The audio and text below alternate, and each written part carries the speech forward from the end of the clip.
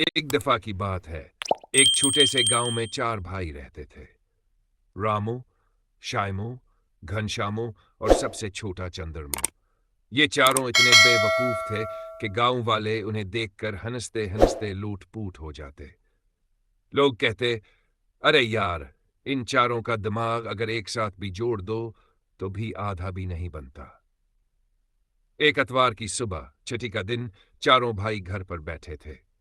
मां ने कहा, बेटा, आज बाजार से कुछ सामान लाओ, और हां, बादल छाए हैं, बारिश हो सकती है, छतरी साथ ले जाना। रामू सबसे बड़ा बोला, मां, छतरी तो ठीक है, लेकिन बादल से डर लगता है। वो इतने बड़े हैं, अगर गिर पड़े तो हम सब कुचल जाएंगे। शायमू ने कहा, अरे भाई, बादल तो आसमान में है, कैसे गिर सकते हैं? लेकिन सही कहा, बेहतर है हम पहले ही बादल को डरा दें। घनश्यामों ने मशवरा दिया, चलो हम चारों मिलकर बादल को डराते हैं। रामू भैया, तुम सबसे बड़े हो, तुम चीखते हो। तो चारों भाई छत पर चढ़ गए। रामू ने जोर से चलाया, ए बादल भाई, सुन ले, अगर तू आज बारिश करेगा तो हम चारों तेरे ऊपर चढ़कर तुझे पेटेंगे। हम तेरे बिजली के बाल खींच लेंगे। समझ गया? बादल ने जवाब में गरजा। डगर! चारों भाई खौफ के मारे एक दूसरे से लिपट गए।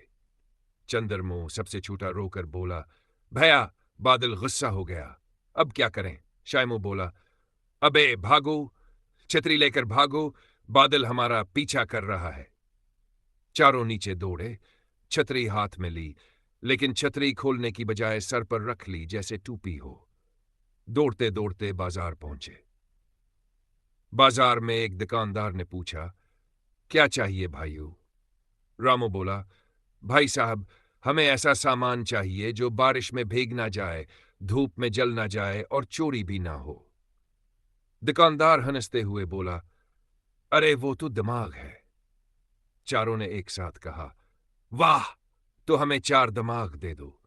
दुकानदार बोला, दिमाग नहीं मिलता, लेकिन मैं एक नसीहत देता हूं, घर जाओ और सो जाओ, शायद ख्वाब में मिल जाएं। चारों घर वापस गए। रास्ते में एक गड्ढा आया। रामू बोला, अरे ये गड्ढा तो बहुत गहरा है, अगर हम गिर गए तो?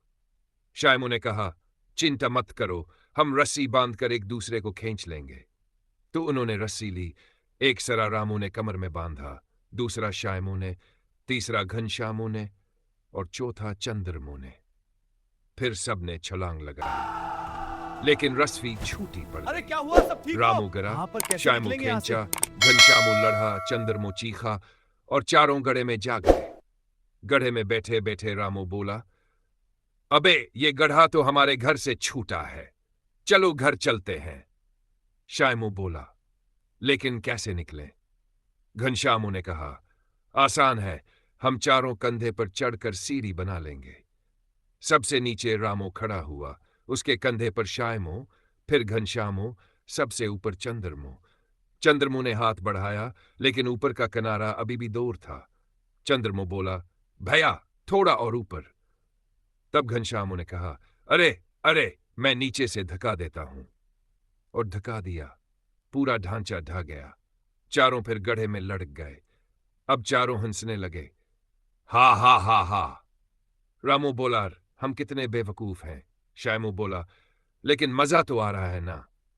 घनश्यामू बोला, हां, और आज इतवार था, छठी पूरी हो गई।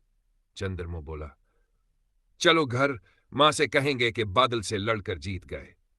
चारों गड्ढे से बाहर निकले किसी तरह, घर पहुंचे और मां से बोला, मां, हमने बादल को डरा दिया, वो भाग गया, बारिश नहीं हुई। मां हंसी, अच्छा, तो आज रात खैर मिलेगी। चारों खुश होकर सो गए, और गांव वाले आज भी कहते हैं, चार बेवकूफ भाई थे। ये वीडियो पर बहुत दिल के मजे साथ की है। हाँ भाई, हंसी के मैं बाद चढ़ रहा हूँ। अगर